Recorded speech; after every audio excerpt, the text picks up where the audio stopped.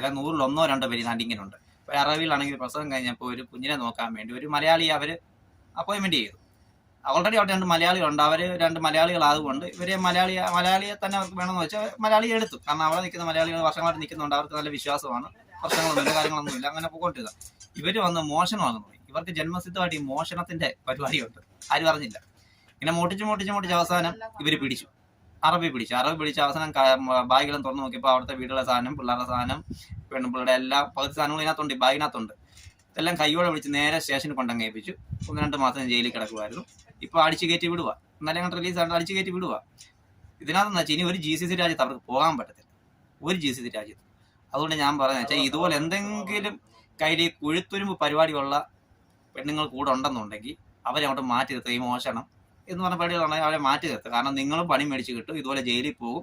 ഒരു GCC രാജ്യത്തിന് പോകാനും പറ്റില്ല. നാട്ടിലറിഞ്ഞ് നാണക്കേടാകും. നാട്ടിൽ മാത്രമാണ്, ഇവിടെ എല്ലാം അറിയും. ഇപ്പം ഞാൻ അറിഞ്ഞില്ല, ഇതുപോലെ എല്ലാവരും അറിയും.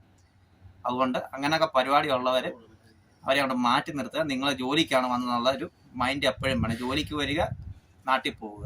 അവരുടെ സാധനങ്ങൾ അവിടെ കിടന്നോട്ടെ, എന്തെങ്കിലും അടുക്കി പറക്കി വെക്കാണ്ട് അടുക്കി പറക്കി വെക്കുക. അല്ലാതെ അത് അവർ കളഞ്ഞാണെന്ന് പറഞ്ഞ് പോയി എടുക്കില്ല. റോഡിലൊക്കെ കിടക്കുന്ന പോയി എടുക്കാം, കുഴപ്പമില്ല. അവർ കൊണ്ട് കളയാൻ സാധനം വീടിനകത്തെ തന്നെ സാധനം മൂട്ടിച്ച് ബാഗിനകത്ത് വെക്കുമ്പോൾ അങ്ങനെ ശരിയാകുന്നത്. അതുകൊണ്ട് സൂക്ഷിക്കുക. എല്ലാവരും അല്ല, ചുരുക്കം ചില ആൾക്കാർ. അതുകൊണ്ട് ഒരു സാധനങ്ങളും എടുക്കാതിരിക്കുക. ജോലിക്ക് വന്നാൽ ജോലി ചെയ്യുക, നാട്ടിൽ പോവുക.